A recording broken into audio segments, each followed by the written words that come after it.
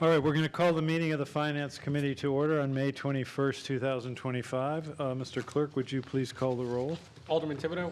Here. Alderman GOV is here. Alderman Moran. Alderwoman Timmons. Here. Alderman Clemens. Alderman Klee. Here. Mayor Donches. Here. For whatever reason, there's no listing of a public comment section, but we'll do that anyway. Is there any member of the public who wants to speak to the Finance Committee on any of the items that are here on the agenda? Mr. Mayor, if I may be permitted to just give a brief presentation on the law. Now, is that, we're going to reach that on the agenda, so Fair enough, Mr. Mayor. you don't need to do that now. Okay. And the record should record that Alderman Clemens has arrived 7:01. All right, first communication from Amy Gerard, Purchasing Manager, Alderman Govea. In regard to utility reevaluation services in the amount of $156,000 funded from General Fund 53 Professional and Technical Services, I move to accept, place on file, and approve a multi-year contract for updating the values and statistical reevaluations for utility properties with Sanssouci Associates in the amount of $156,000, $39,000 annually. Funding will be through Department 132 Assessing Fund, General Fund 53 Property and Technical Services. Mr. Mayor, if I may. Mr. Cummings? Yes. Thank you. Tim Cummings, Director of Administrative Services. So I'm up here before you this evening in place of Michelle Welch, who couldn't be here this evening. Essentially, what you have before you is the Sanssouci contract. I want to note it's a multi-year contract, so it'll need full Board of Alderman approval. It's for $39,000 annually, year over year. It is for the traditional services that they provide us. They have been providing these services. Those of you who may not know, Mr. Sanssouci is a very well-respected authority within valuing utilities. He does it on behalf of a lot of municipalities and actually the state of New Hampshire. And so we have procured his services in the past. His contract expired. This is just a renewal of his contract, and it's a similar scope and price. Thank you. And as I understand it, there is a long-standing dispute between Nashua and many other municipalities with Eversource regarding the value of various assets. And to maintain our position, we need an expert. That's correct, Mayor. Yes. Alderman Govea. So looking at what this is, so this is specialty towards utilities. So what would be, like, does Vision just not focus in this type of area? That's Okay. That's correct, if I may, Mr. Mayor. Yes. So not just vision per se, Just but appraising in general. This is a very specialized area. Another example you could say is like golf courses. So a typical assessor, a typical appraiser wouldn't necessarily have the knowledge or the expertise to value golf courses. Similar to this, not every appraiser would know how to value utilities. Alderwoman Klee. Thank you, Mr. Mayor. You mentioned that other communities who are also dealing with this, basically the same utilities or similar utilities, use them as we have in the past. This is going to be very subjective on your part, so I'm not going to hold you to any answers, but do you feel that it benefits us also that these other communities are using him, and that it kind of gives us that inroad as to how things are happening with those other communities, that it makes us a little bit more, I don't want to say powerful, but a little bit more insight? If I may, Mr. Mayor, I think that's all correct and true, and not so many of the municipalities. It's actually the state, and the state utilizes his services. But we would have to be beholden to the state, and because we have his services, we actually get the data faster, and it's more reliable, and it makes us much more efficient. Thank you. All right, all those in favor of the motion say aye. Aye. Opposed? Motion passes. Next communication from Amy Gerard, Purchasing Manager, Alderman Govea. In regard to amendment number 5 for the transit contract agreement in the amount not to exceed $2,900,000 funded from Grant 55 Other Services. I move to accept, place on file, and approve Amendment Number 5 of First Transit Incorporated for a 3% increase in pricing from the prior year contract in the amount not to exceed $2.9 million. Funding will be through Department 186 Transportation Fund Grants 55 Other Services. Mr. Sullivan? Good evening, members of the committee. Matt Sullivan, Community Development Division Director, here on behalf of a $2.9 million approximate cost to extend our contract with First Transit, or TransDev as they're now known. For those that may not be familiar, or for simply a reminder, this is an existing 5-year contract with the ability to extend the contract on 1-year intervals for 3 additional years. We're now in year 7 of the contract, so approaching our final year in which we could extend. This year, we've negotiated a rate for fiscal 26 that represents a 3% increase in both the variable and the fixed costs within the transit contract. By way of quick overview, the way that we're charged essentially is when we're operating on the road, the drivers are charging us on an hourly basis, and we pay them an hourly rate, and I can break that down in a little more detail if you're interested. But then for administrative oversight, including their HR functions, including the general manager for First Transit, including other expenses that they have, payroll and the like, we pay a fixed rate on a monthly basis, and I can, again, get into those costs if there's interest from the committee. One thing that's new this year is we haven't actually represented in the past, to my knowledge, a total overall number, but we wanted to give you a little more insight into this figure, and so the general number is about $2.9 million on an annual basis. Remember that the total transportation budget approximately is about $4.3 or $4.4 million on an annual basis. So our drivers and the oversight and the dispatch staff are a huge portion of that. Happy to answer any questions that the committee might have, but look forward to continuing this relationship with TransDev into the new year. Thank you. Alderwoman Clee. Thank you again, Mr. Mayor. A few years back, or I should say a couple of years back, there was an issue with trying to hire and so on, and you had to come back in, and we had to kind of up this contract to meet an additional contract need so that they could pay their drivers more. Is this kind of settled with this 3% increase and so on that takes everything is in consideration? We're not going to have this issue come back again, or we hope. I know you don't have a crystal ball, so please, I never hold anybody's feet to the fire. I just... Mr. Mayor, if I may Yes. respond to that. Of course. I hate to compare this to anything else going on in the city, but I know that everyone on this committee is aware of the situation with the school busing situation and the significant cost increases there. As you're aware, and you referenced several years ago, we saw that significant cost increase hit the city. Luckily, at that point in time, because of our relationship with our provider, they came to us and said, we need to get ahead of this now. And so we had a substantial increase in that year, but in years since, we've seen much more moderate increases. We had, I think, a 4% or 4-ish% last year. We have now a 3%. I believe we've, for the most part, dealt with that issue, but certainly as the driver market, CDL market particularly, increases across the truck driving, the school bus driving fields, there will be impacts to this contract. And so, frankly, when we've looked at putting this contract back out to bid and not re-upping for another year, that's been a factor in us deciding to re-engage with TransDev, because we're very concerned, based on the limited market, that if we put this contract out to bid, we're going to be facing significant cost increases. Add in the fact that we have a long existing contractual relationship with TransDev, this makes sense. To be very honest, we approached TransDev this year and said that the city was facing a 3% guideline. And after significant negotiations, of which TransDev was an excellent partner, we said to them, you need to meet this guideline, and that's why we ended on this number. I'm sure they would love to be paying their people more, but they have been a partner for a long time, and so ultimately we were able to settle where this is right now.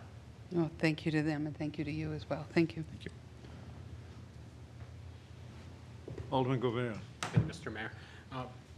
Yeah, I understand where we're coming at here. Looking more long-term wise, because we're kind of coming up on the end of where we can keep doing these one-year options. Have we started talking more long-terms for another longer deal? Mr. Mayor, if I may respond, Yes. That's a great question. I sort of alluded to the fact that we have significant concern about going out for an RFP. That said, we know we have to understand what's out in the market, so I do think that ultimately we will end up putting this contract out again. Whether that's next year or the year following, I can't answer that right now. What I do know is that TransDev and the city of Nashua have a very, very close partnership. If you haven't been to the transit administrative facility, they literally share our spaces with us. It will be a very difficult transition to move in another direction. The only other option immediately, I think, for consideration is bringing these services in-house, and that comes with its own costs and union implications. It's something we've talked about in different scenarios, but that's not something that's immediately in front of us in the next 2 years. I expect that we may extend another year subject to negotiations and consent of the city transit staff.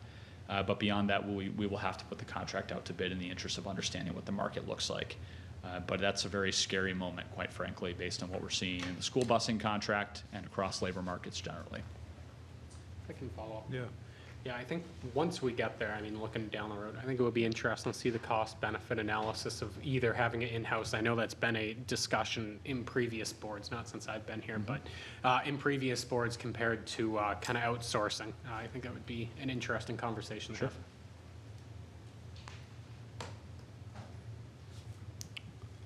Alderman Clemmons. Yeah, in regards to that, whether or not we would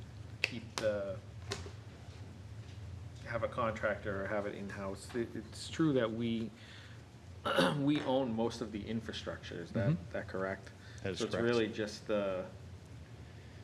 It's really just the staffing, right, That's correct. that we pay for? That is correct. In fact, that's, if I may respond, that's all we're paying for. There's really no TransDev infrastructure whatsoever. Even the computers and everything that's used over there are city assets. So that would be that would definitely be an interesting thing to look into, because the difference here, right, is compared to like the school department, is the school department doesn't own any of the buses, they don't own any of the infrastructure. So I think that could be more of a reality, but.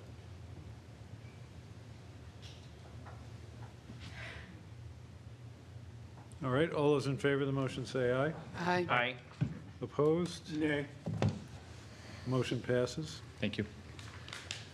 Next communication from Amy Gerard, Purchasing Manager, Alderman Govea. In regard to amendment for the Hunt Memorial Building Tower window restoration in the amount of $100,000, funding will be from the Building Trust Fund, 54 Property Services. Make a motion to accept, place on file, and approve an amendment to the contract with Martini Northern relative to the rebuilding of the chimney and reopening of the apartment at the Hunt Building in the amount of $100,000. Funding will be through Department 131, Hunt Building Fund, Trust Fund, 54 Property Services. Ms. DeRoche? Good evening. Amy DeRoche, Property Manager. This is going to be the first amendment to the Martini Northern contract. In the process of measuring for our lovely tower windows, it was discovered that our chimney over the main reading room was significantly listing towards the building. We did have structural engineers come out, masons, the city building safety people, risk, and it was determined that it was very much in need of expedited replacement so that it did not come through the roof of the building.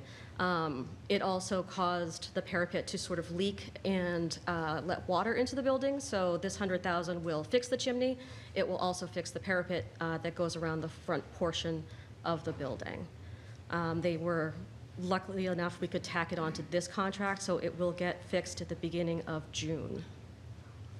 I'm happy to answer any other questions. Alderman Govea. How much longer do you think we have on this project? And how many more times do you think you'll be back in front of this committee? This project should be done at the end of October, so there's okay. 2 mobilizations. Right now, we're in the masonry repointing phase while the windows are being built up in Canada. And then in September, when the windows are fully constructed, they will bring them down and they will be installed. Okay, so we're nearing the end. Yeah. Alderwoman Clee. Thank you, Mr. Mayor. One of the things about this type of building, and I think it was kind of one of the concerns we had when we even talked about possibly redoing the Elm Street School, is that you can only go in so far to see things, and as you're digging in there is when we find things such as this chimney.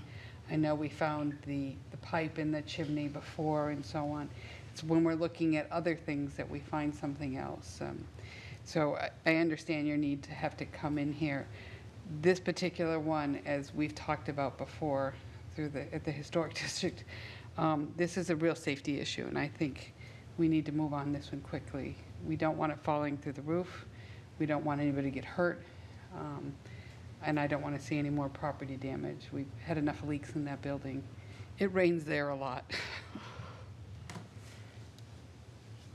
Thank you. Alderman Thibodeau. While the structural engineers and whatever were out there checking things out, did they happen to poke and prod a little deeper into, to see if there's any other, I know you can't, as Alderwoman Clee was saying, you can't see everything, I get that, but did they dig a little bit deeper to see if there might be some potential Yep. sneaky things coming around the corner? They were nice enough to put a drone up for us because there are several surfaces that we just can't get up on for that building. They did check the other chimneys, which are thankfully straight.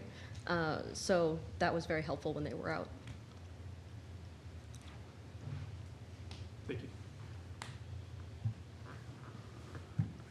All those in favor of the motion say aye. Aye. Opposed? Motion passes. Next communication from Amy Gerard, Purchasing Manager, Alderman Govea. In regard to design services for the City Hall HVAC project in the amount of $66,000 funded from capital projects, 81 capital outlay and improvements, I move to accept, place on file, and award a contract for the design of the City Hall HVAC upgrade project with Harminian in the amount of $66,000. Funding will be through Department 106 Administrative Services Fund, capital projects, 81 capital outlay improvements. Go ahead. Amy DeRoche, Property Manager. So back out in March, the city went out to bid to find a design firm to do the HVAC design for the City Hall project. We received 2 bids, and we interviewed Harriman, and it was determined after speaking with them and having an internal conversation that they were very well qualified to do this job, and they also can do it within the time frame that it needs to be done, so that construction can be completed before the next time we need to turn the heat on. So we are in process of trying to put this through so they can get started on this project. Alderman Govea. Thank you, Mr. Mayor. I'm going to support this, but with that being said, I think this took an insane amount of time for being an emergency to get to the Finance Committee. Just now being in May and now doing the design and not even the real fix when we were told this was an emergency, we had to fund it now and we had no other options. We might have to close City Hall. And now we're getting to May and we're just getting a design phase done. This took incredibly way too long, in my opinion, for something that we were told needed to be done as soon as possible. So I will support it. It does need to be done, but wish it came a little bit quicker. Anyone else? Alderman Clemmons. Yeah, how long is it supposed to take for just the design to get done? They should have design completed by the end of July, and that way we can get out to bid and have the construction started, hopefully mid-August, early September. And then when, do we have a time frame of when everything would be complete? Not at this time, because they need to complete design first, so that we know exactly what the contractor is going to have to do. So we could be potentially facing the same problem next year, I guess is what I'm hearing. Okay.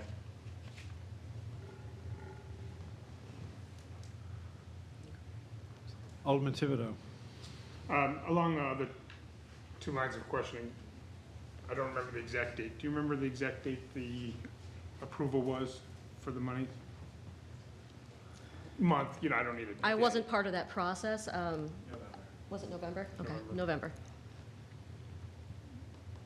And I'm curious as to why we waited till March to go out for bids. Even if the work was intended to start in the spring, which kind of makes sense if you're going to turn the heat off, why we waited from November to March to even go out for bids for the design? I personally don't have an answer for that. I was brought into the project in about February, so I don't know if anyone else can speak to that.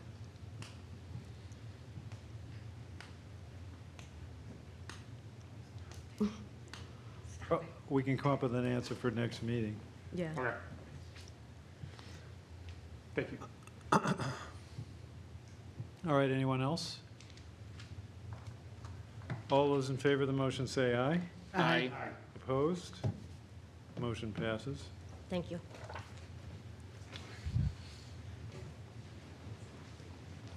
Next communication from Amy Jordan, Purchasing Manager, Alderman Govea. In regard to structural repairs for the parking garage in the amount of $9,505,399, funded from Bond 54 Property Services. I'm going to make a motion to accept, place on file, and award a contract for repairs for the Elm Street and High Street parking garages with Whitening Turner Contracting Company in the amount of $9,505,399.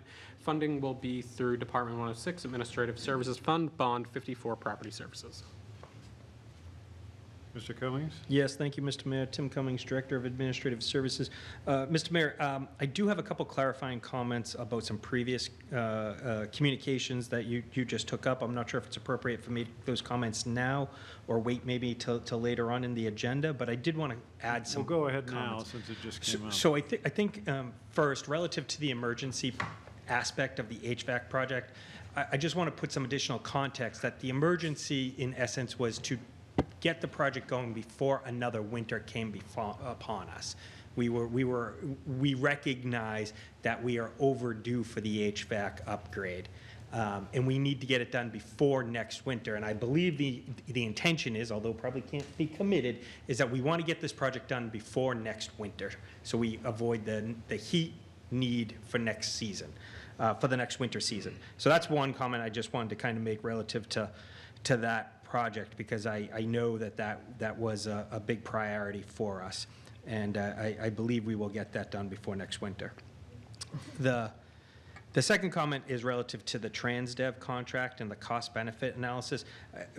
If we're going to look to bring it in-house, I just want to make sure when it's studied that also pension and healthcare costs are included in those, because that is going to be major cost drivers that need to be factored in if you're going to be looking at bringing it in-house.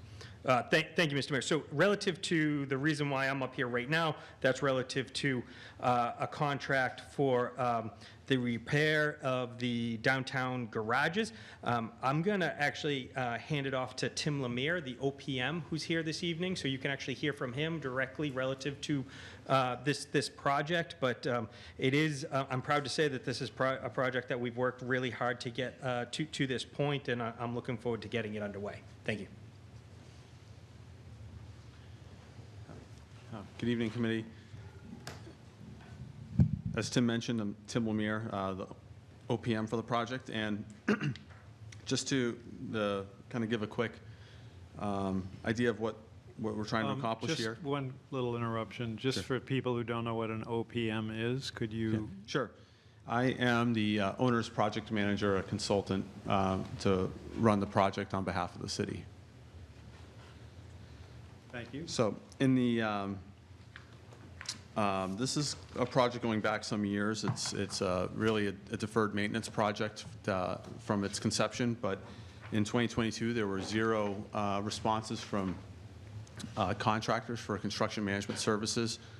And as the project was designed and scoped, in 2024, we received 1 response from the Whiting Turner Contracting Company to do this work, and we have work on the High Street and the Elm Street garages, and the major components of work here are, again, as part of that deferred maintenance, a lot of the concrete structural repairs, drainage repairs, some small amount of earthwork, and also a lot of electrical upgrades for lighting systems and also public safety. So happy to answer any questions on the contract. Alderman Clemmons. Yeah, so the amount is just under 10 million, right, or 9.5 million. Is that the anticipated total cost to get both garages up to snuff, I guess? If I may, Mr. Mayor? Yes, please. That's correct. So that is the contractor's guaranteed maximum price proposal to us to do both Elm Street and High Street garages, all known repairs as designed by the structural engineer Thornton Tomasetti. Yes. That's excellent. I mean, because I believe we took a bond out for or reauthorized 15, I think, for it. So that's very good to hear. My second question is, are the garages going to remain open while these repairs happen? Yeah, if I may, Mr. Mayor, Yes, go one comment to remind me of, there is phasing of the whole contract. So you referenced the $15 million bond and $9 million being spent in this first phase. There are 2 additional phases, not nearly as expected to be as costly, but I did want to point that out, that there is at least 2 additional projects pending, one for the parking garage office. There's work to be done in the future on that office, and then another one for some additional lighting and wayfinding and things like that. But we're very early on those, so we don't know the cost of those just yet. But this portion of it, though, takes care of the structural deficiencies. That's exactly correct. All right. And if I may, on the next question you had, yes, both garages are to remain operational during construction, and the construction contractor has a limitation of only being able to take 100 spaces out of each garage at a time. So that leaves, in Elm Street, especially, quite a few spaces still open. High Street's a little smaller, so it impacts High Street a bit more. Okay. Alderwoman Timmons. Thank you, Mayor. To you, reading your contract, I understand that, when did you start? If I clarify that, just to be clear, I'm working for the city okay. as a consultant, but the construction contractor, Whiting Turner, has not started yet because they don't have a approved contract. They have done some pre-construction services for us to develop, verify our cost estimate from the structural engineer, but they have not begun any construction operations. Mayor? Yes. I like the fact that if you are not completed, there's a penalty, calling it not a penalty, but you can lose money if it started at one point and then at the other, you pay the penalty of $500 per day, and that's quite a bit, according to this. Yeah, that's correct, Mr. Mayor, if I can Yeah. respond. Yeah, there are liquidated damages in the contract for the city to potentially exercise against the construction contractor for contractor-owned delays. Alderwoman Clee. Thank you, Mr. Mayor. Just a quick question. I don't know if you can answer this, or if this would have to, Mr. Cummings would have to answer this. The letter that we received gives us kind of a laundry list of the major work that needs to be done, and that really only adds up to about, I want to say about $7.5 million. And it refers to these as major work. So other than that, the list of the major work of the concrete repairs, the thermal and moisture, plumbing and HVAC, electrical safety and earthwork, what are some of the other items that would?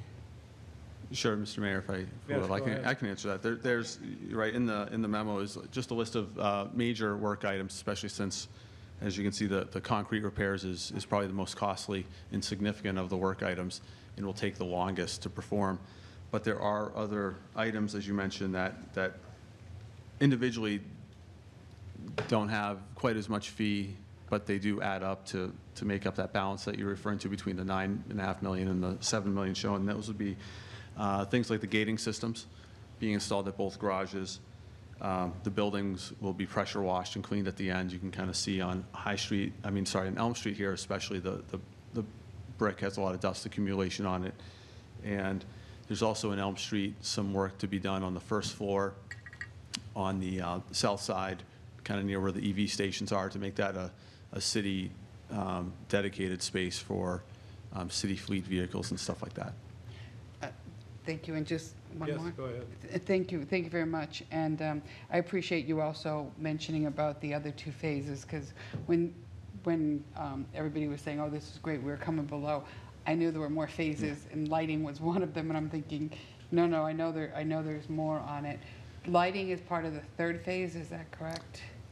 I can answer that, Because that's Mr. not Mayor. at all part of this, So right? there are two different lightings that I should clarify. So Okay. in this phase, there is lighting being put in some of the lower floors, and that is more for public safety and to brighten up the middle floors to keep them, they're quite dark right now, as you might notice. So there is lighting going in now. In the future, what we're exploring is possibly some aesthetic lighting, maybe in some of the stairwells or some of the entrances. So they shouldn't have to do with one another, and that's why that one's being explored in a future phase. Just one more quick question. Yes. To the lighting within this phase. Yeah. Will there be lighting in the stairwells just for safety purposes? Yes. Okay, thank you. That's all I want to hear. Alderman Govea. Thank you, Mr. Mayor. I will not be supporting the contract in front of us tonight. I voted no when it was at the full board level. Had nothing to do with the project itself. I think we do need to fix these parking garages. Just didn't agree with how we got the money and the funds for it by exempting from our city spending cap. So it is what it is. I'm happy it's getting done, just not too happy at how we're funding it. All right, anyone else? I do have one. Oh, yes. Alderwoman So, Timmons. Just to be clear, by not supporting this particular project, that means that our garages are not safe. Is that correct? We have to fix the garages I would. if we're going to continue to utilize them. I would, Mr. Mayor, answer that by saying this is a, as I said first off, a deferred maintenance project with a heavy component of structural repairs identified by the structural engineer as necessary. Some work was performed on an emergency basis this winter that were determined by the structural engineer to be needed immediately, and those were performed and completed in February and March of '25, so they were just completed 2 to 3 months ago. But there's other, the remainder of the project has been identified by the structural engineer. May I? Yes, go ahead. In addition, so by not completing the project, it may render the garages habitable, as well as liability on it, right? My question is, my concern, it's not a question, it's a concern, is that we need to fix our infrastructure. And if we don't, this will cost us more in the future as well as liability. Is that correct to say, or I'm out of base with that? Thanks, Mr. Mayor. I would answer that by saying in these types of projects, my experience has told me the longer you wait, the larger the repair areas get. And I'm not aware of the structural engineer saying they're not inhabitable or usable by the city as of today. I couldn't answer that. But generally speaking, in these types of projects, the areas they identify as needed for repair seem to only get larger in time, and therefore, as you intimated, cost more, take longer to perform, and possibly increase risk. Now, my recollection is that over the winter, the stairway closest to the Performing Arts Center was closed for a period of time because it was considered to be unsafe? Yeah, that's correct, Mr. Mayor. So that's correct. The most northern stairwell was closed, and as part of the repairs I mentioned over the winter, that was one of the areas that our structural engineer identified that we should perform immediately, and that was done. All right, any other questions? May we do this by Yes. roll call, please? Could we please call the roll? Alderman Thibodeau. No. Alderman Govea is a no. Alderwoman Timmons. Yes. Alderman Clee. Yes. Alderman Clemmons, Yes. Mayor Donches. Yes. The vote is 4-2, so the motion passes. Thank you. All right. Now, we have a communication, so without objection, we'll accept the communication that was provided to us after the agenda was prepared. That is from Tim Cummings, dated May 20, 2025. Why don't you go ahead and explain and summarize the communication and the issues that are raised therein, and then we'll do a motion. Thank you, Mr. Mayor. Again, Tim Cummings, Director of Administrative Services. So following up on the surf vehicle early packages that I was before you at the last Finance Committee meeting, I'm back before you again. This time, what we have in front of you is a memo that details some expenditures that we are requesting that you consider approving. They are, as outlined, the 3 Labrie automated CNG vehicles for $496,875.80 and 1 Labrie Super Duty front loader for $474,735.24. To be clear, this particular transaction, what we're seeking is not necessarily the cash or the purchase right now, but a letter of an intent to be able to be issued to hold the price, which if we were to submit this letter, the price would be held until an August timeframe. That would help us in the sense that we need to get a bond authorization done. This bond authorization was always necessary for the procurement of these vehicles. When we learned that we had this opportunity to buy these vehicles earlier, we set in motion the bond resolution process. And so I believe that piece of legislation will be for the Board of Aldermen for first reading at the next Board of Aldermen meeting. Moving on, relative to the sidewalk plow for the schools, that's listed here at $221,231.50. At the last meeting, was particularly asked as to why we were going with a Canadian-based company over an America First approach.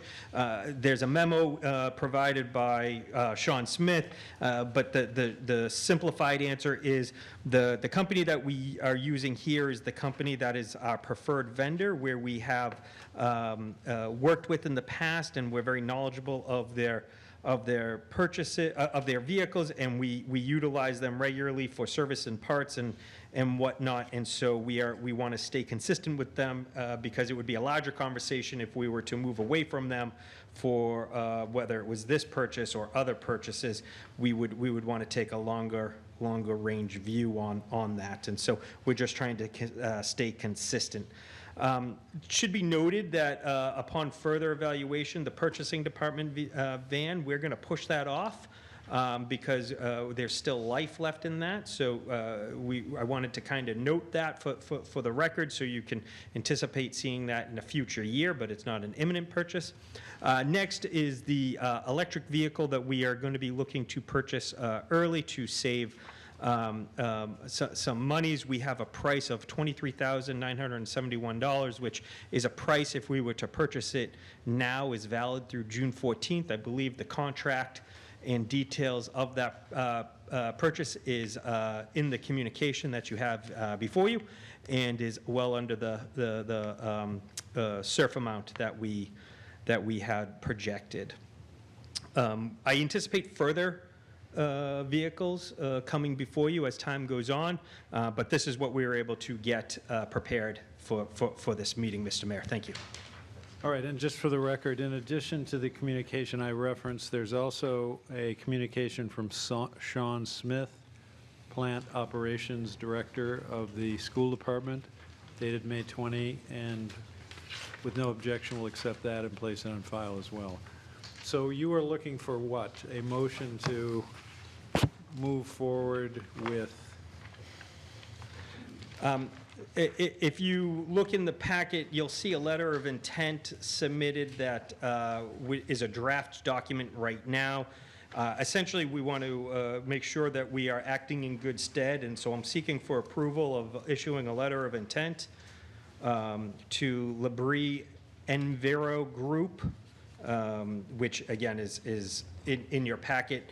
Then in addition to that, Mr. Mayor, we are looking for the approval tonight of specifically of a Nissan Leaf for the admin and engineering department within the Division of Public Works for a price of $23,971. All right, so the letter of intent covers 3 Labrie Automized CNG 33-yard right-hand arm trash trucks and 1 Labrie Super Duty front loader, correct? That's correct, Mr. Mayor. That would be the letter of intent. All right, and there is a request that we also move forward in order to save costs, the purchase of a Nissan Leaf, as you've described. And then one other, Mr. Mayor, the MT7 sidewalk plow for $221,231.50. And that's covered by the Sean Smith memo. Yes, Mr. Mayor. And what do you estimate can be saved by by making these purchases now as opposed to later in the fall? Let me grab that Excel spreadsheet, because I think we have that.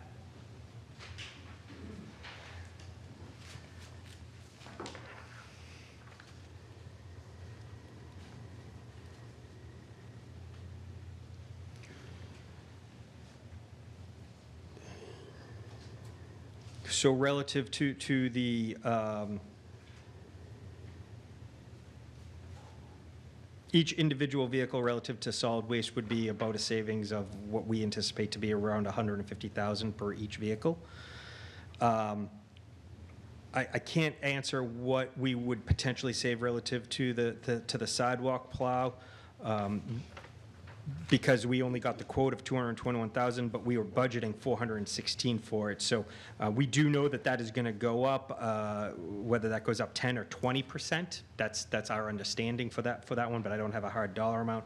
And then relative to the Nissan Leaf, we are going to save approximately $5,000-ish right now.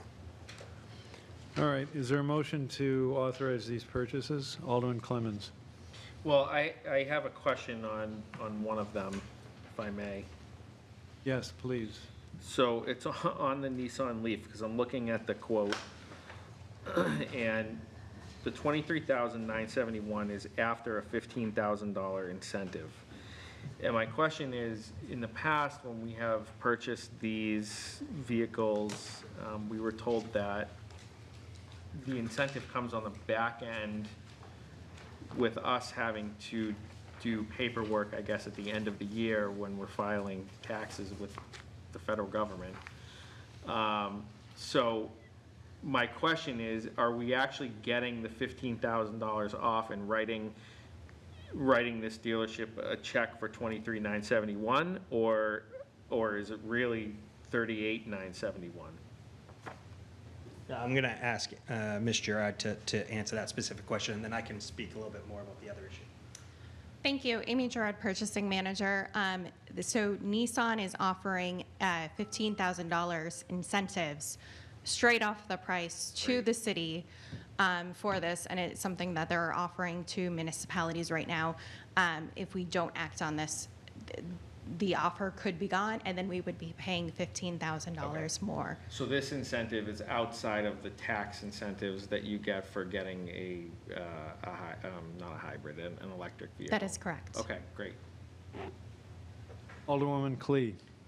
I'm sorry, I think, Well, I do think Alderman Clemens' point is well taken in that we do strive to also get that additional incentive as well. I know that is something that Director Sullivan and his team works hard to do with our finance department, and so I believe that is in process on previous transactions. I anticipate it would be for this one as well.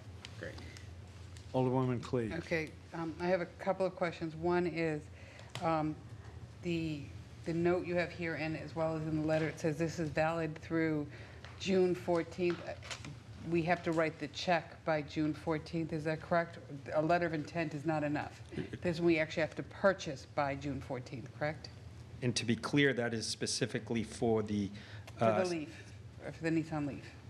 yes. All the other ones are just letters of intent, but the Leaf we actually have to purchase. And the street, and the sidewalk clearing. The sidewalk one also has to be. Yep, the sidewalk plow, to be clear. Has to be bought, purchased by, Is there a date? June 8th? June 8th. June 8th. so we actually have to cut the check by June 8th. Yes. On that one. Okay, and one more question, if I may, Yes, Mr. Mayor? please. Okay. In your letter, you also put, upon further review, the emergency management and police vehicles are needed to proceed at this time. There's What a, does that mean? well, yep, thank you for asking. There's a missing word I noted there that are not needed to proceed at this time, so it's missing the word. Okay. Yep, I noticed that one Changes as the whole well. flavor of it. I noticed that one as well.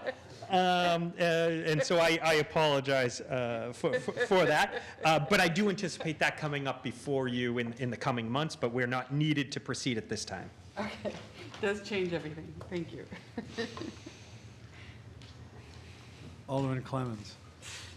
So, given the nature of the discount that we're getting with Nissan, is there any other vehicles on that surf schedule that are similar, and could we get that same price for a second vehicle?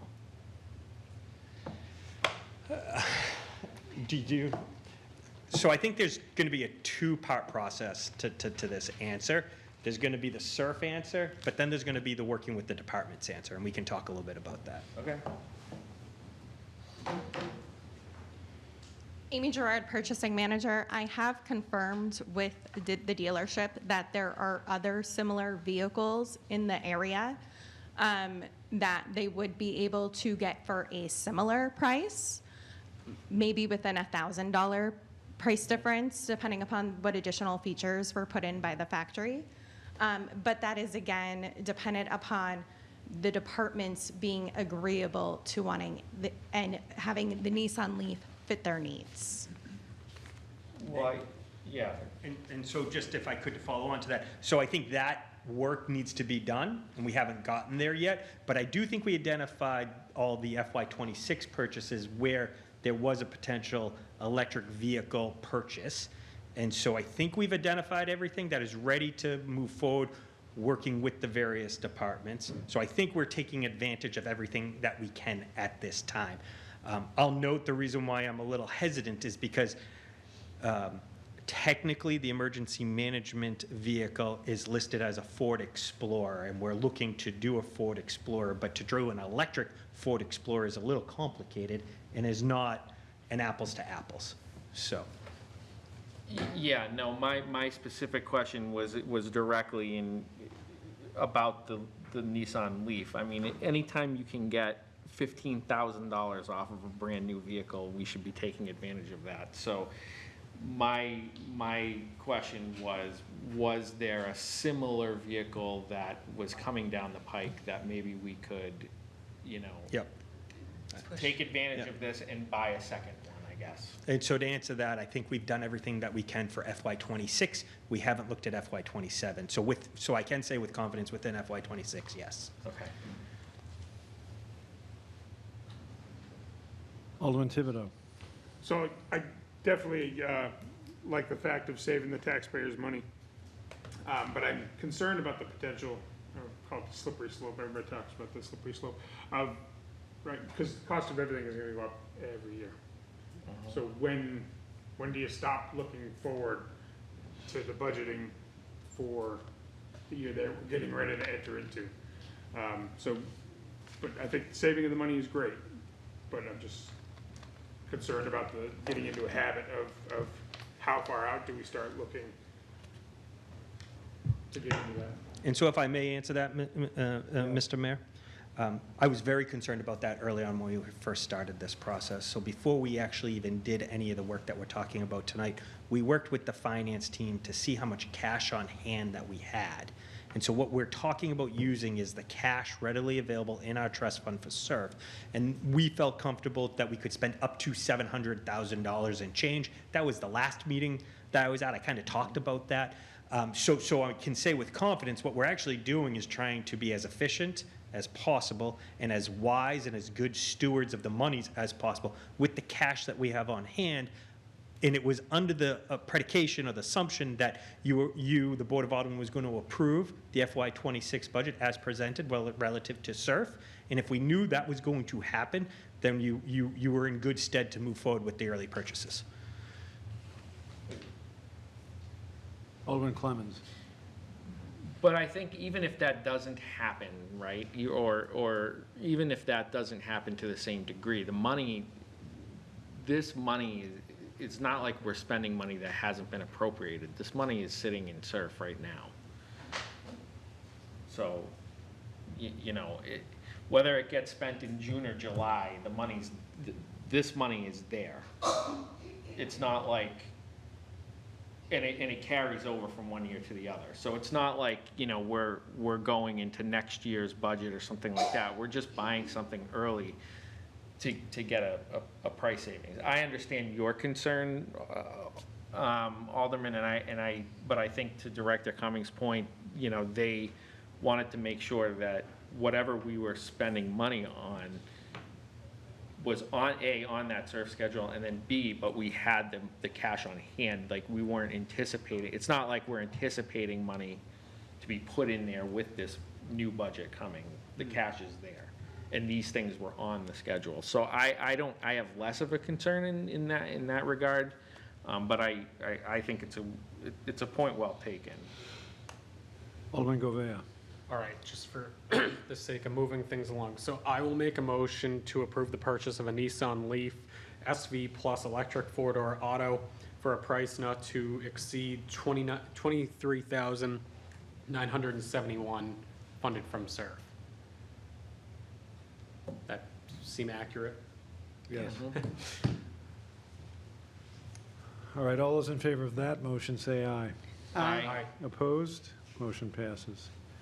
But we also have the, I would like Public to Works take them here. one at a All time right. if we can. all right, Alderman Govea. So, any preference on which one we do next by anybody? Nope. We have that one done.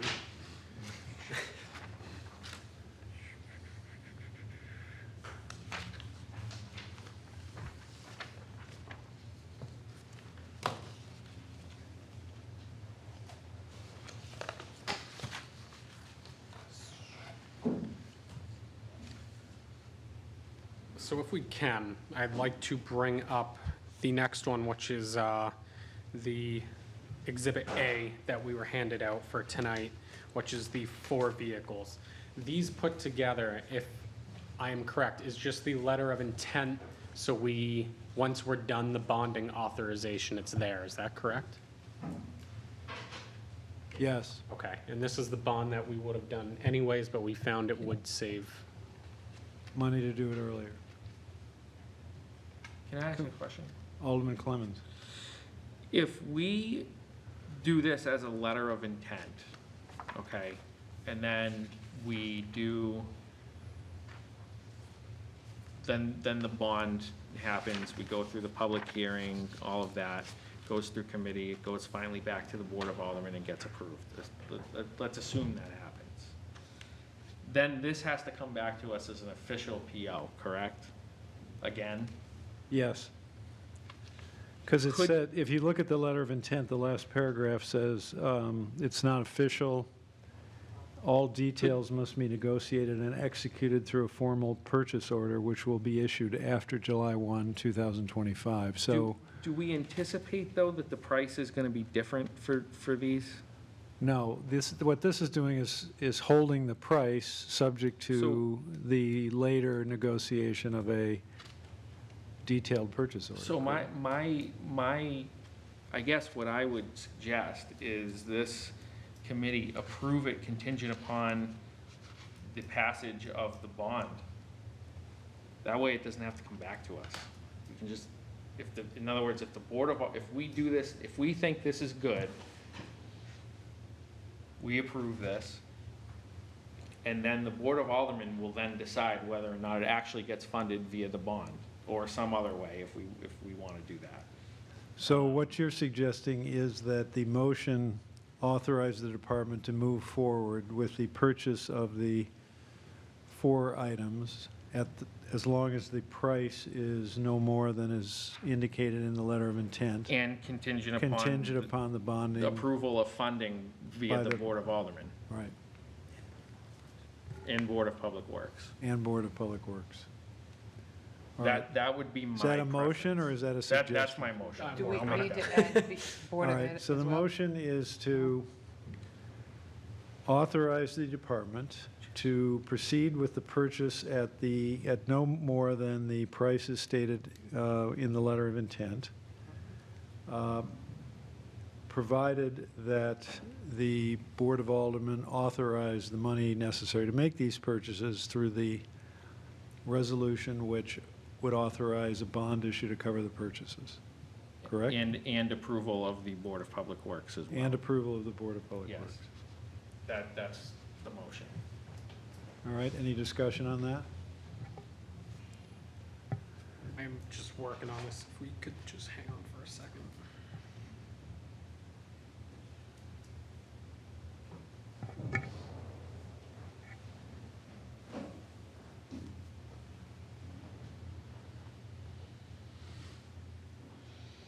I like it.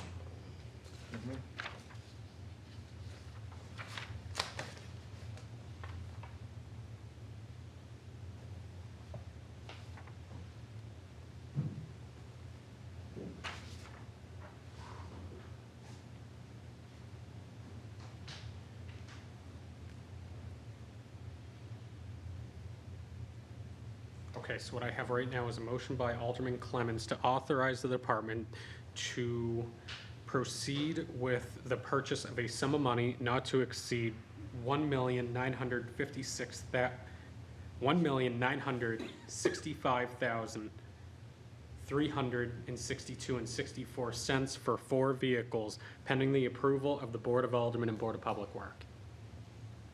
And subject to. Do we need to check that approval math? Do we and need to subject- check? do No, we need to- that's correct. Oh, Communication. I don't know, I'm not sure, is Alderman Govea, a good mathematician? I'm not sure. I'm going from our finest right in the communication they put it. All right, okay, all right. Well, we'll take your word for it then. What was the final, can you, Sure, it was on. you don't have to read the number again, but course. after that. Oh, what's after the Yeah, number? yeah. I have pending the approval by Board of Aldermen / Board of Public Work. Should be and Board of Public Works. It Yeah. should say, pending the approval of the funding by the Board of Aldermen, and then approval by the Board of Public Works, So pending approval of funding. by the Board of Aldermen, Yep. and approval by the Board of Public Works.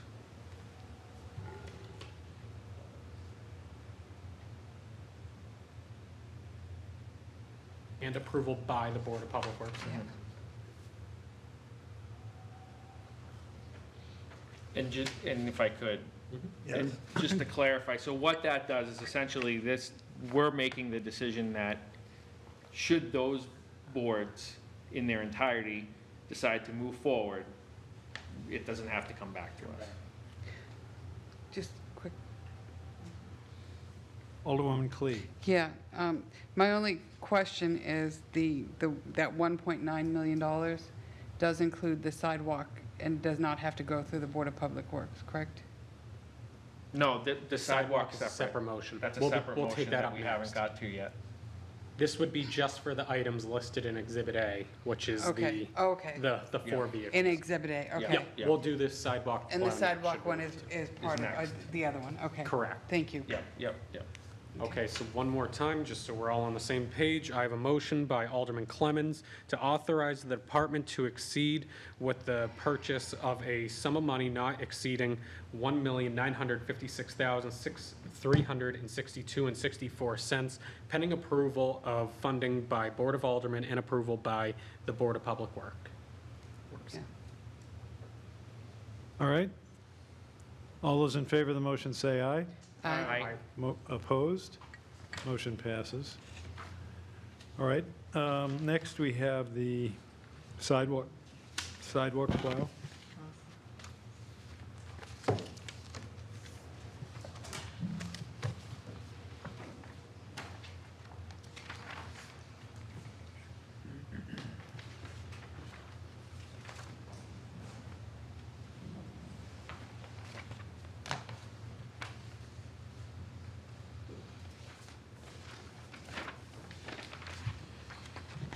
So this would be to approve the purchase of a MT7 sidewalk plow from HP Fairfield with a cost not to exceed $221,231.50.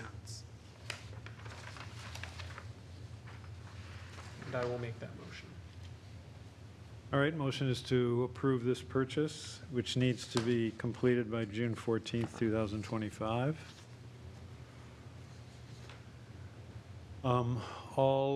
Any discussion? All in favor of the motion, say aye.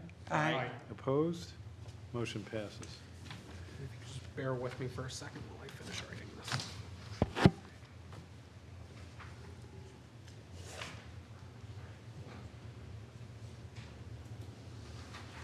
this. Mr. Mayor?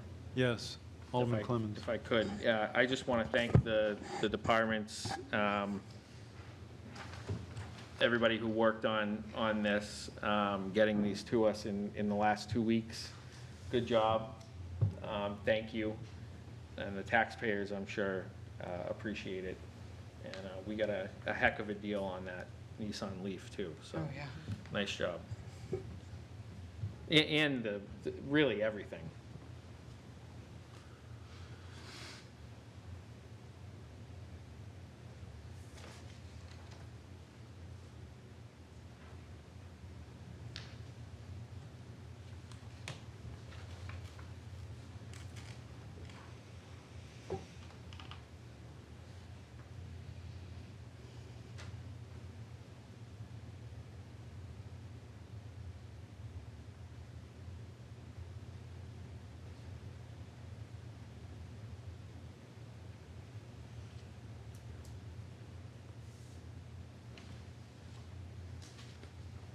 Okay. All right, ready to go with the, so the next area is new business resolutions. As I understand it, we have a presentation regarding the, Motion on the lead? Yeah, we did all three. Okay. you can open. we have a presentation regarding the Mohawk Tannery development. Several of these resolutions that are on the agenda pertain to that development, so why don't you go ahead? I assume you're going to start, Mr. Cummings? Yes, if I could, Mr. Mayor. Tim Cummings, Director of Administrative Services. So as the mayor just mentioned, we have a couple resolutions before you this evening, which we're asking for your favorable recommendation on. My suggestion would be is that we hear the presentation, which speaks to the various pieces of legislation before you in the aggregate, and then we can take any specific questions that may arise after the presentation. We have Thorndike with us this evening. I think Michael is going to be giving the presentation, so I'm going to hand it off to him so he can walk you through the specific technical changes that have arisen between the last time we were here and the reason why we're before you this evening asking for approval of these changes. Thank you, Mr. Mayor.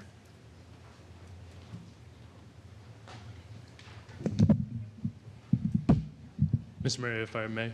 Yes, go ahead, please. Mr. Mayor, my name is Michael Devon. I'm from Blaylock Holdings. I've been the project manager for the past 3 years for the Mohawk Tannery remediation and redevelopment. Over those past 3 years, I've had the distinct pleasure of being able to work with your staff, Mr. Mayor. The city of Nashua should be greatly appreciative of your dedication to this project, as well as all the members of this committee and the larger board. Over the past 3 years, I've worked hand in glove with Director Cummings, Director Sullivan, Attorney Leonard, Amy DeRoche, Engineer Hudson, Sam Durfee, and then various staff members behind the scenes to get this project to this point. We're rounding third, as they like to say about this project. As everyone knows, the Mohawk Tannery sits adjacent to the Nashua River along the Veterans Memorial Parkway, and downtown is quickly east of the site. This all started with Bernie Plant, one of the principals of Blaylock Holdings, reaching a deal with the EPA. This deal has since evolved and grown. That same level of effort that the staff here has dedicated to this project, the EPA and New Hampshire Department of Environmental Services has done the same. I've met with EPA and DES once, twice a week for the greater part of 2 years. We are at the point now where the EPA has authorized an increase in their funding to $9.5 million. That agreement went forth through the approval process through EPA onto DOJ. DOJ approved it and then went to the upper echelons of US DOJ, and we're in the final public comment period on that commitment for the EPA's increase. The reason why the EPA and the city of Nashua care so deeply about this project, first and foremost, it's an environmental issue. As you can see from this depiction from the 1970s, there's two very large lagoons sitting immediately adjacent to the Nashua River. Those lagoons still exist. Throughout the site, there's scattered waste of additional tannery sludge, as well as asbestos and various other carcinogenic materials. And that neighborhood, which sits to the east in this picture, has grown, and there are quite a few neighbors that sit next to this environmental public health hazard. So this two-part project will clean this up. Those lagoons sit within the 100-year floodplain. The factory started in the 1920s, so you can do the math on the odds of that issue coming to light. But as I said, we're rounding third on the project. We submitted our 100% design to the EPA in April. We are expecting comments back tomorrow, and then the EPA and DS have both indicated that there are not substantive changes that are going to implicate the designing in a real meaningful way, meaning that document, which is 2,400 pages, is being approved shortly, which will then start the closing process throughout the various aspects of this deal. The legislation before you today is both the amendment to the MDA as well as an amendment to the purchase and sale agreement. As part of that package before you is a revised master site plan. The updates to the master development agreement allow for us to lease the Parkway parcel. Originally, we had intended to purchase the Parkway parcel before remediation began so that we could have the entire property under contract. However, due to a funding gap, that expense is one in which we couldn't incur up front before remediation started. It's a price tag of $990,000. So we've reached an agreement with the city staff that we're asking the board to approve for us to lease it, and then with the intent to purchase the property at the end. The legislation updates the master concept plan, which I'll jump into more details on the next slide. And it also allows for us to start some of the redevelopment infrastructure work while the remediation is still ongoing. So the containment cell, which will be the site where those lagoons currently sit, will eventually be a recreational area. However, when you consolidate all the material into that containment cell, it takes time to settle.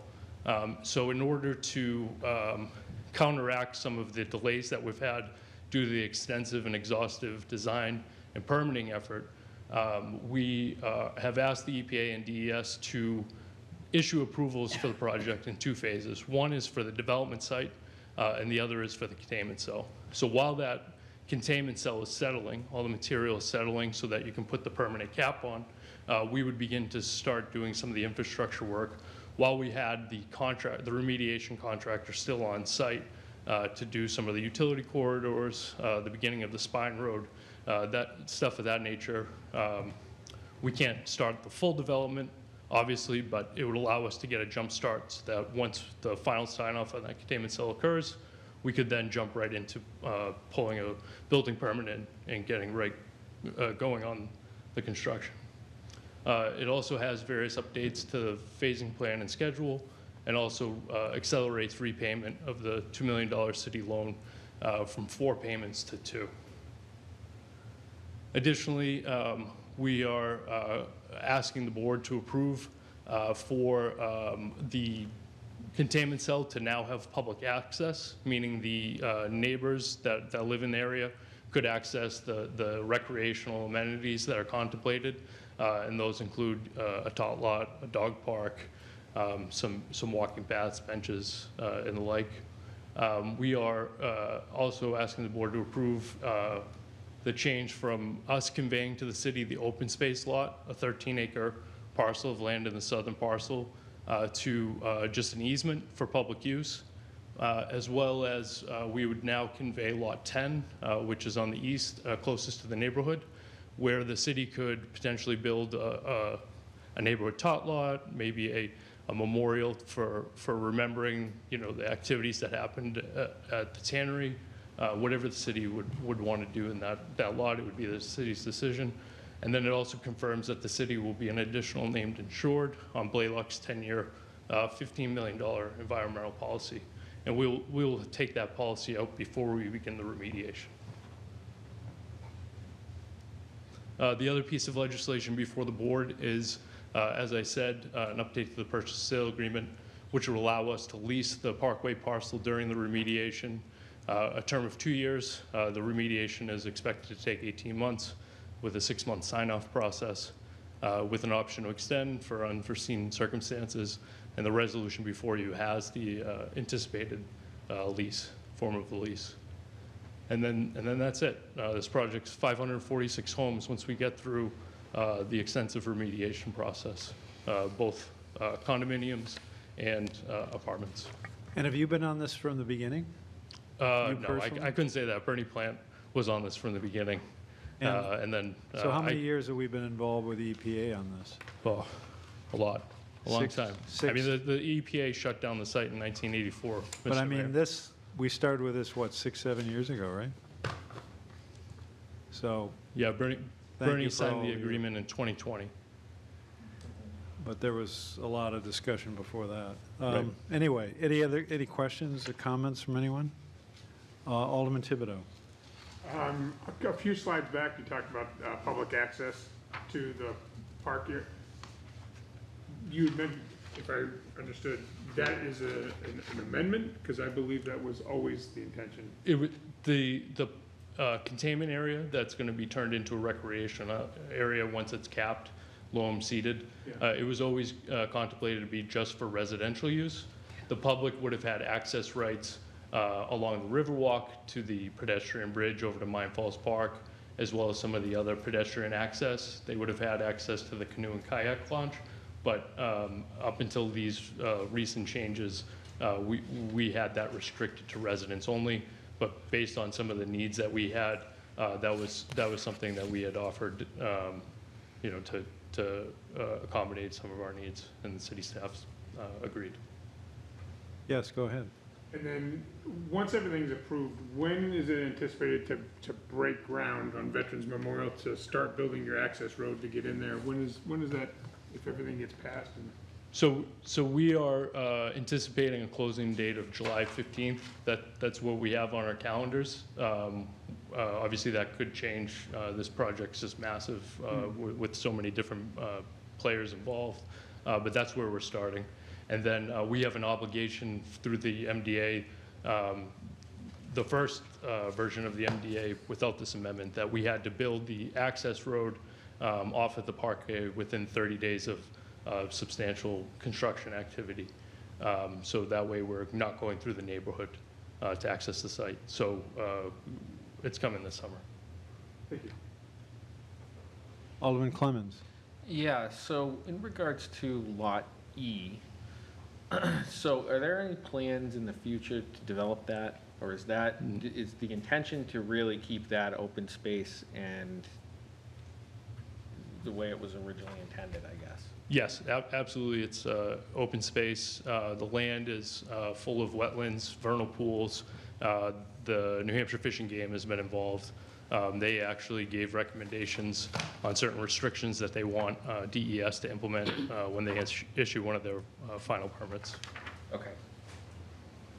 And there will be an easement there, so there would be a legal prohibition to develop it, right? Public access easement. Correct, and then the city would have access and public use for if there's passive recreational trails, that sort of stuff. Right. Not any development. Alderman Clemmons. Yeah, so I just want to say, I think that when I look at this project, this is truly the best of public-private partnerships, right? Like, this is the gold standard right here. And I just want to thank everybody involved again, because obviously, you know, everything is give and take, but at the end of the day, the ones who are winning here are the citizens of Nashua, and this is just a fantastic project, so thank you. Alderwoman Clee. Thank you, Mr. Mayor. I'm really glad that the change to the playground is open to the public. We need more of these little tot lots and so on. So you're just going to leave the space and allow the city to do whatever the city wants to do to it. You're not going to build anything. So it's just leaving the space to the city. Is that the way it's going to work, or are you actually Are going to you develop that? referring to the containment cell Yeah, lot? No, we would develop it as part of the community that we're building in terms of the homes. It would be Okay, so- an amenity included in that package of development, but the city would have access to those facilities. So you're going to continue with the plan that you had? Yes. You had decided you were going to do the playground area and everything like that. You're just going to open it up to the public versus just your Correct. community? Correct. Great, love it. Thank you so much.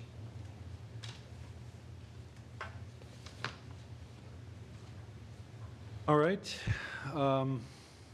The motion, is there a motion? Did we move it? All right, before we do the motion, without objection, we will suspend the rules to accept a communication from Sam Durfee, which I did not reach before, and place it on file.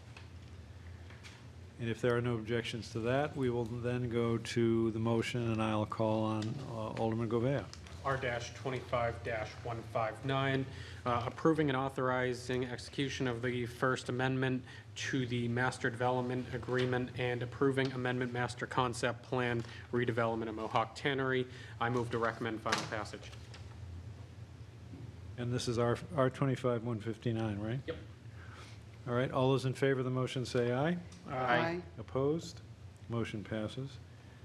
Now we'll go to R-25-160, Alderman Govea. Approving and authorizing execution of the First Amendment to purchase and sales agreement for a discontinued portion of the Veterans Memorial Parkway right-of-way and the execution of a initial lease thereof, redevelopment of Mohawk Tannery. I move to recommend final passage. Anyone? All those in favor of the motion say aye. Aye. Opposed? Motion passes. Thank you very much. That's all your business, right? That's, Yes, Mr. Mayor, except I have a USB plugged into that computer. you have a what? Oh, okay. So you want that back? I could, was Mr. gonna say, you have to Mayor. make sure that they take the thing off the, What's the one? you have to close. Mr. Mayor, may I approach the? Yeah, of course. Or you want to close off the, That's the one. Yeah, gotcha. And then, yep, thank you. Yep. All right, so next we're going to go to R-25-165, Alderman Govea. Authorizing the mayor to enter into a radio communications agreement between the city of Nashua and the town of Merrimack. I move to recommend final passage. We have Mr. Mansfield, I see, very patiently waiting.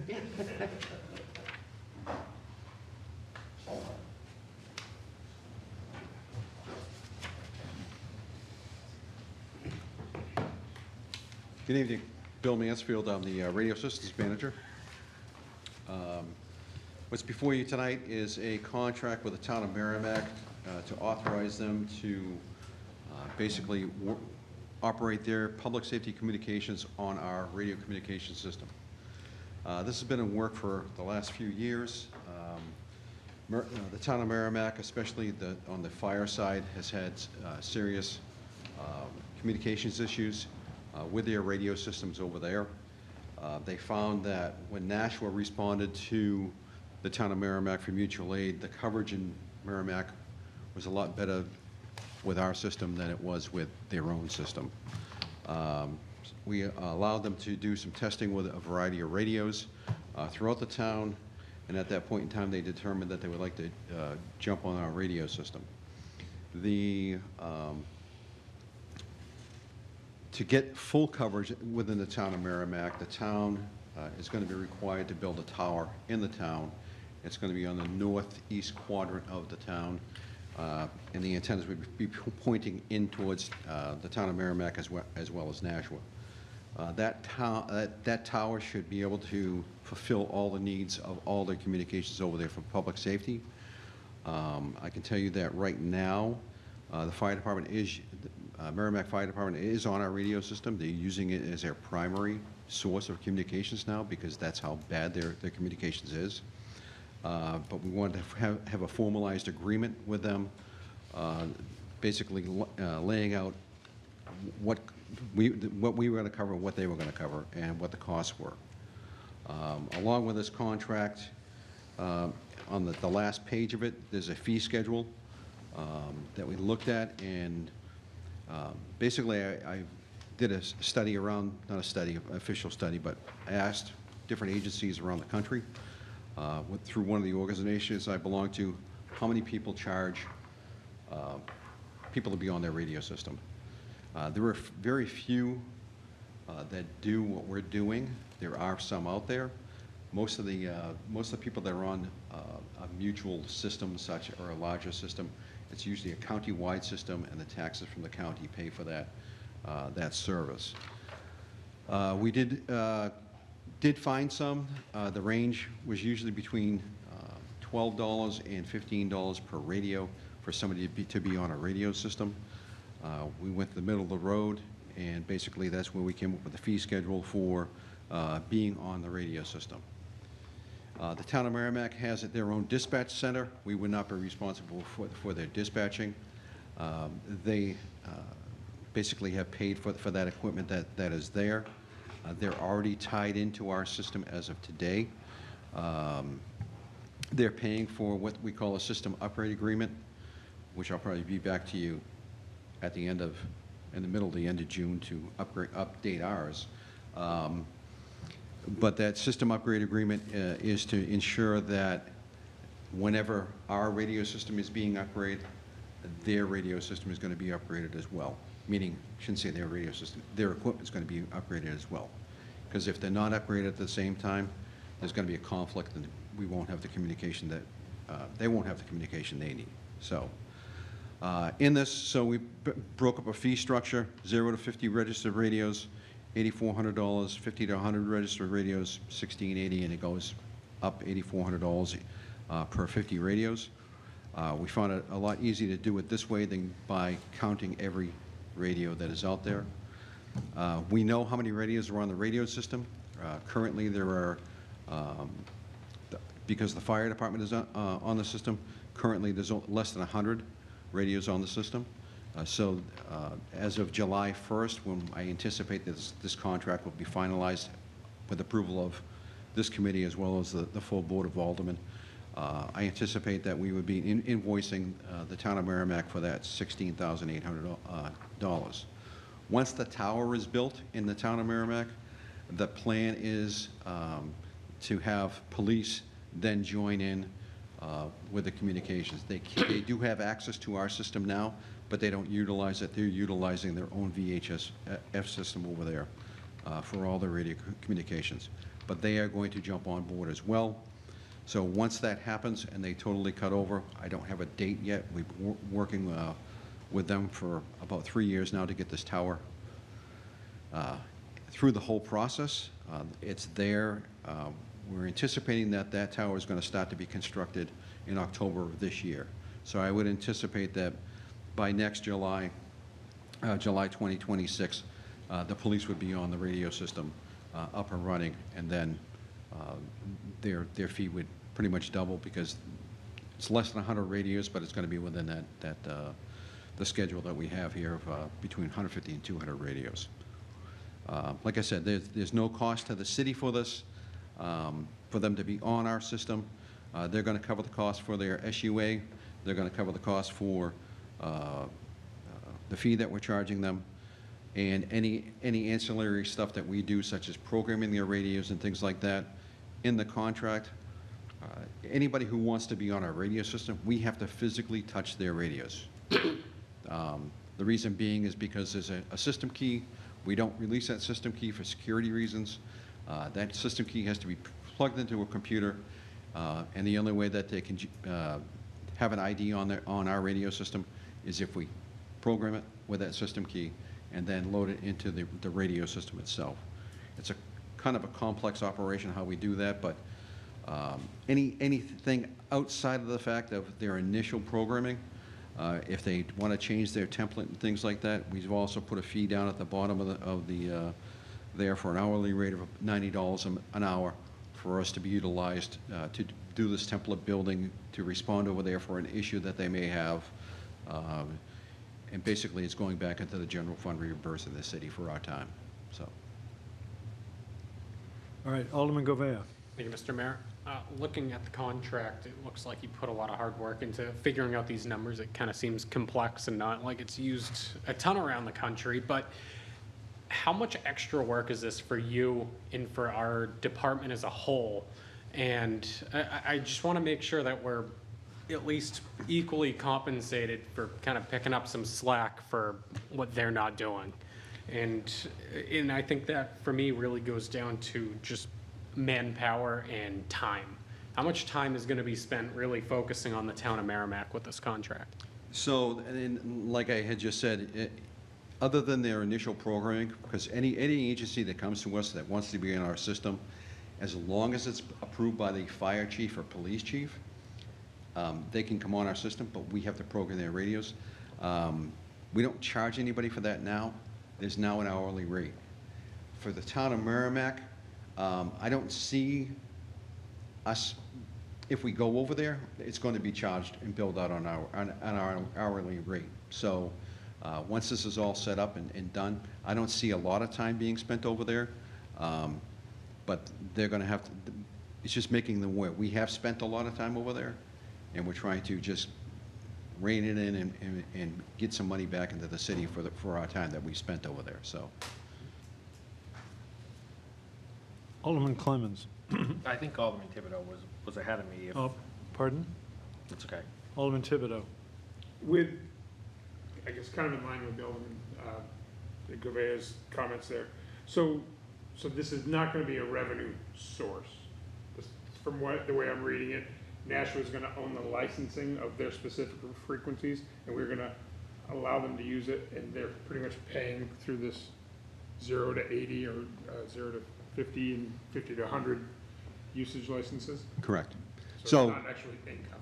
So we own the license for the 10 channels that we have here in the city. So they can't just go and license them. I have to license them for them, basically because it's our radio system. They're going to have some infrastructure over there, but they're working mainly off of our infrastructure, which is going to be connected through microwave. So again, they're paying for the microwave connection links between the two facilities to make sure that the communication does work. Right now, the dispatch centers are connected through fiber, and they're paying for those connections as well. So I think that's spelled out pretty well in there of there should be no cost to the city to have this happen. So yeah, the biggest thing is our time, which I appreciate the question, and now we're going to start billing them for this time, so, which we haven't before. Go ahead. Follow up if I may.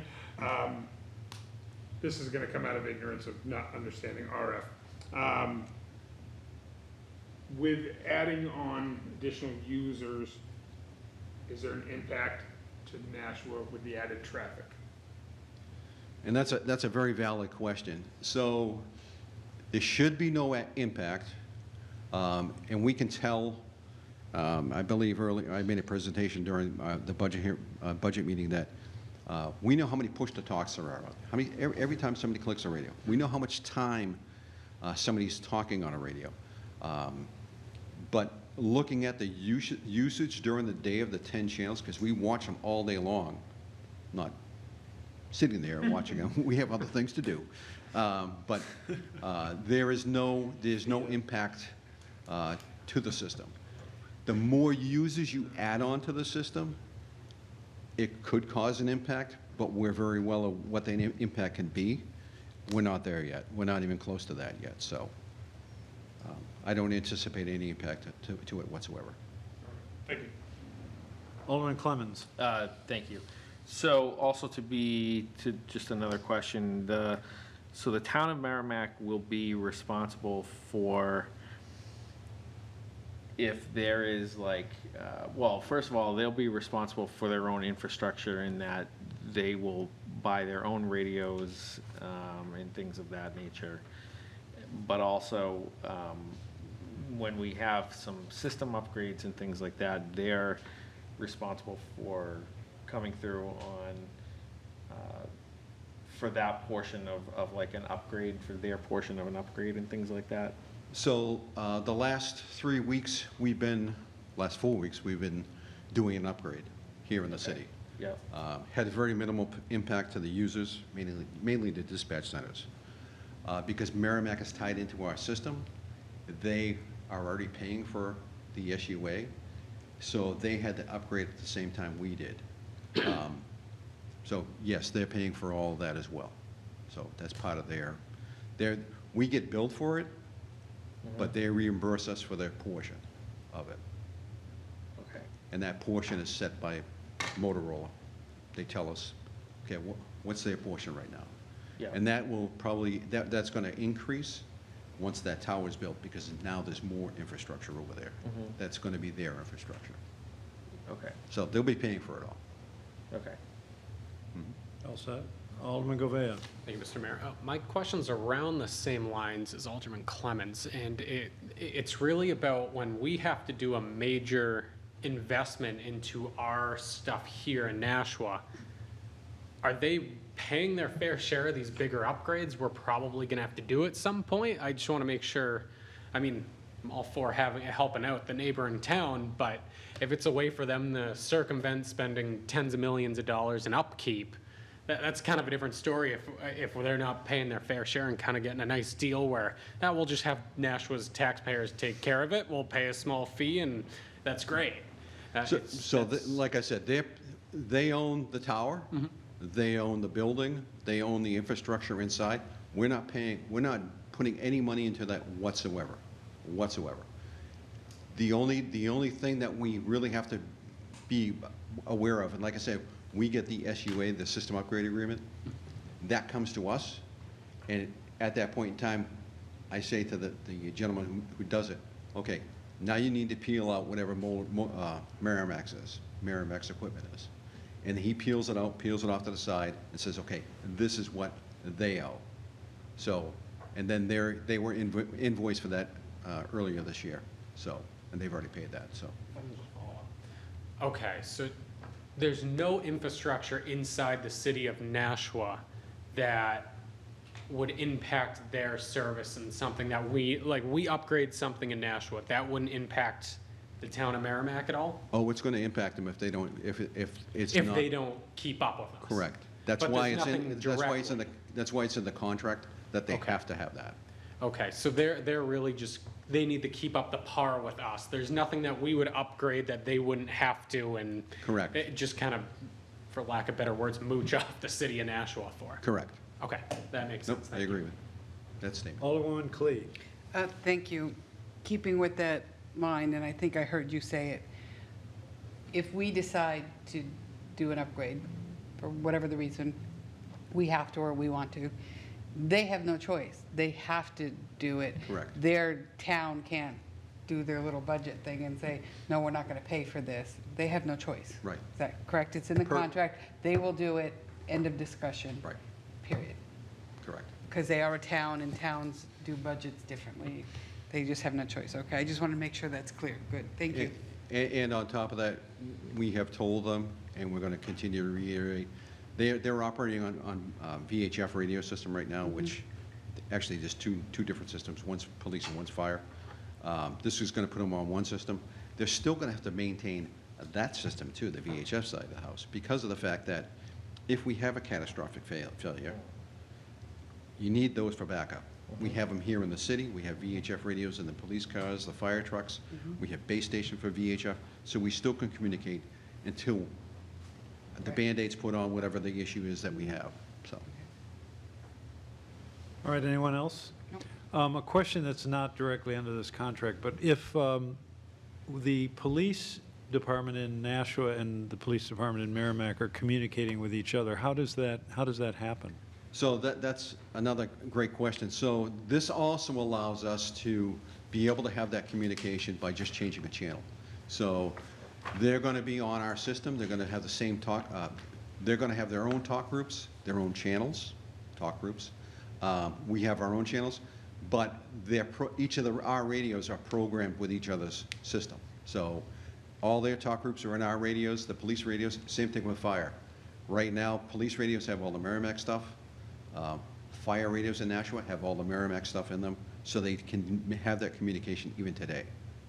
And what about a town with whom we do not have this arrangement? Let's say Hudson. Is there, I mean, I assume the police departments, the fire departments communicate. Is that a smooth process, or is it difficult, or what? It's a lot smoother on the fire side because it happens much more often. Mutual aid from Hudson to Nashua and Nashua to Hudson on the fire side happens on a daily basis, especially with the ambulances and things like that. We have, basically, Hudson does not operate on our radio system. They have a VHF radio system. They changed to the Nashua VHF channel that we have. Fire dispatch can hear them. Fire dispatch then patches in the dispatch center, patches the two channels together so they can talk to each other. So that's basically how that works. It's a little bit of a process then. It's a little bit of a process, but it's simpler on the fire side because they do it all the time. On the Right. police side, we don't do it that often, and usually I'm called, or the other gentleman that works with me, he's called to, okay, talk them through how to patch the two together. So, Okay. but on the fire side, it's a daily event. All right, anyone else? All those in favor of the motion say aye. Aye. Opposed? Motion passes. Thank you. Thank you very much. Have a good evening. All right, we now have R-25-167, Alderman Govea. Authorizing the city of Nashua to enter into a contract with VaxCare to administer vaccines and receive an administrative fee. I will make a motion to recommend final passage. All right, Ms. Bagley? Yes, good evening and thank you. Bobby Bagley, Director of Division of Public Health and Community Services. This is a contract for our Public Health Department to enter into an agreement of services with VaxCare.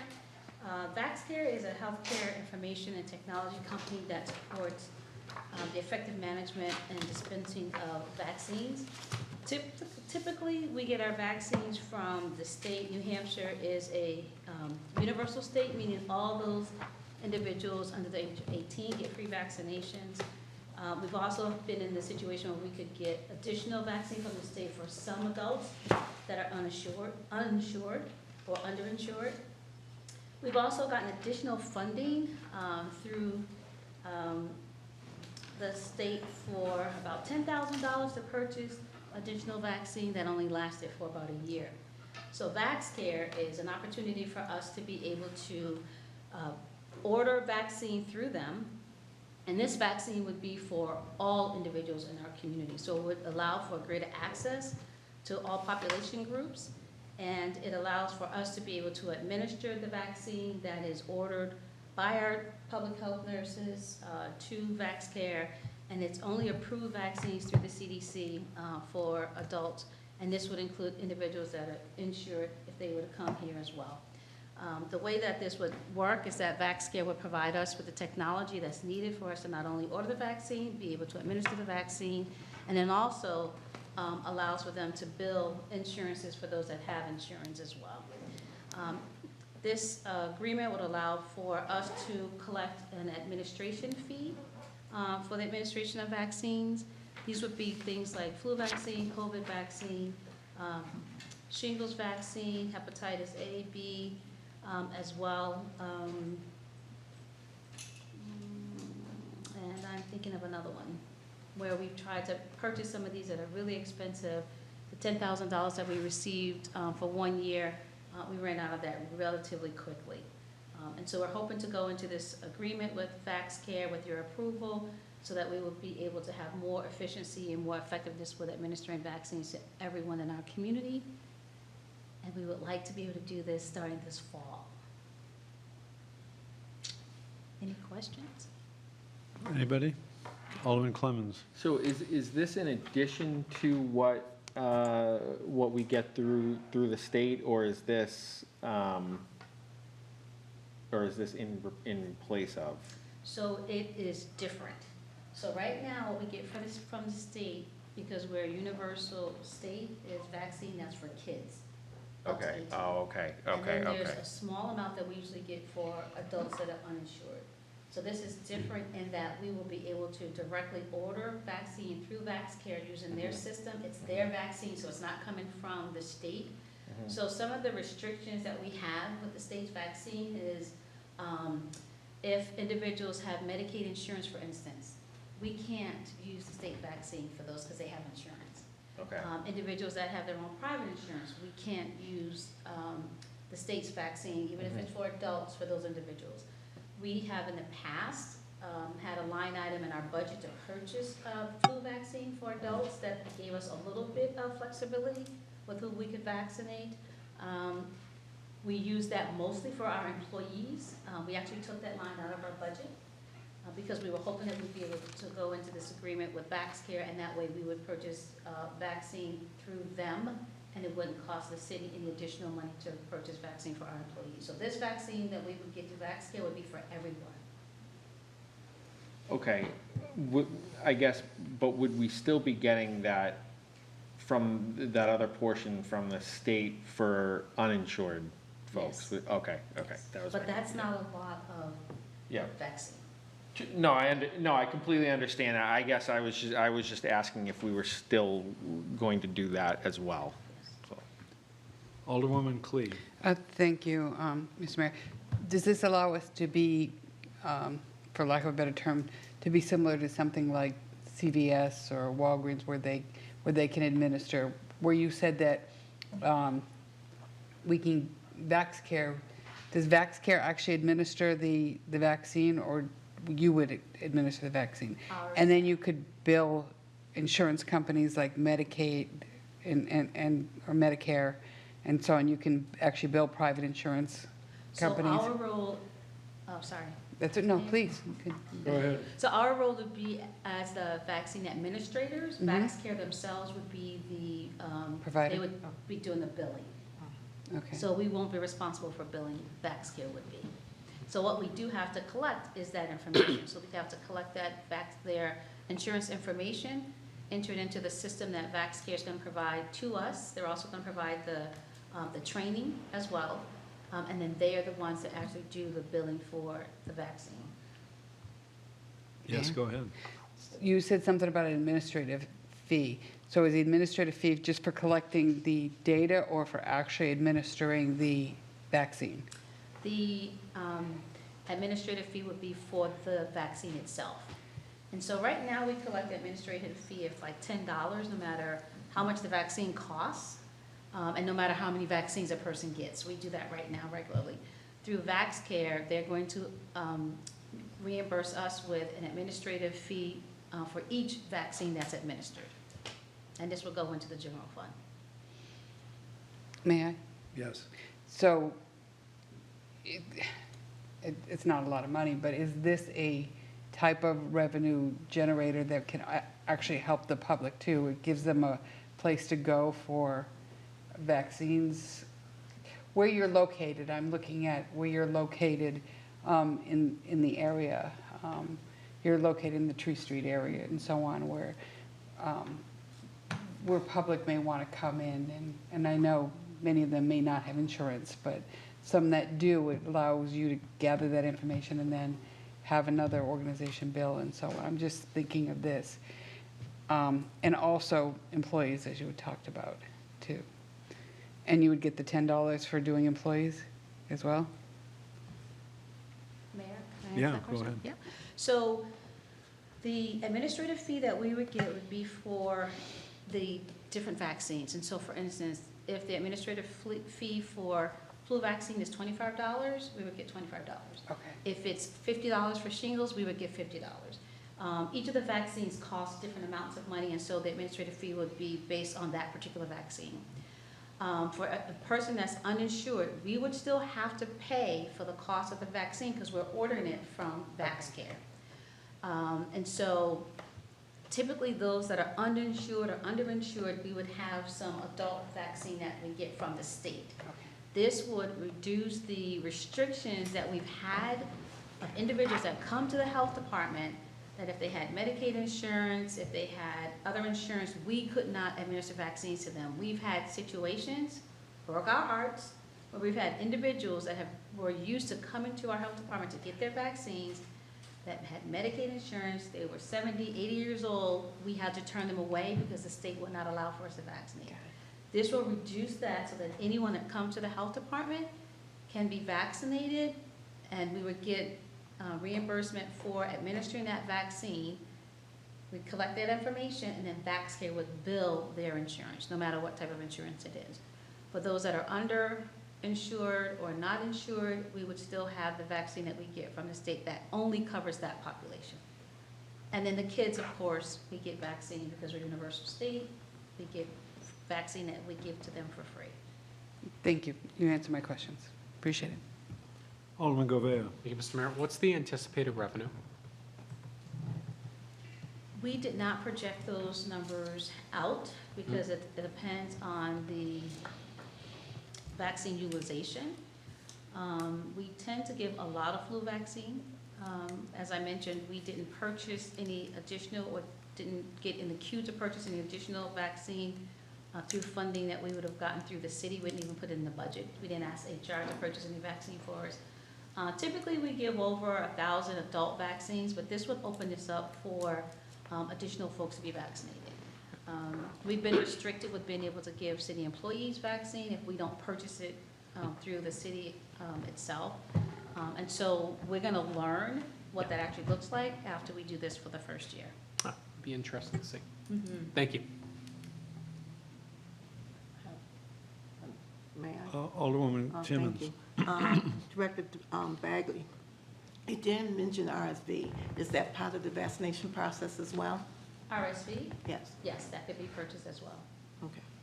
So it would be vaccines that are approved by the CDC for administration into the public. Those would be the vaccines that VaxCare actually will have available to us to place orders for. Adults.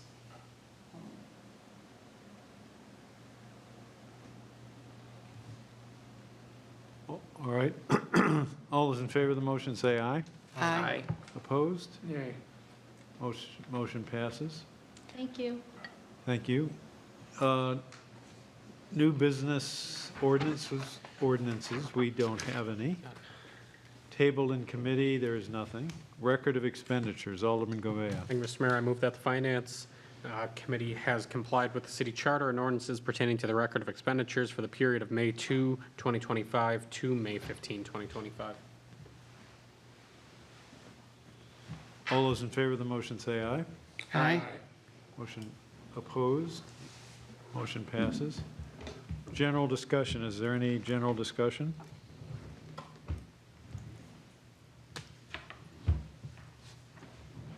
No. Public comment, but there's no member of the public here unless some of our employees wish to speak and they're not coming forward. So remarks by Alderman. Any remarks by Alderman? Alderwoman Clee. At this time, I'd like to make a motion to adjourn. All those in favor of the motion say aye. Aye. Motion passes, and the meeting of the Finance Committee is adjourned at 8:49 p.m.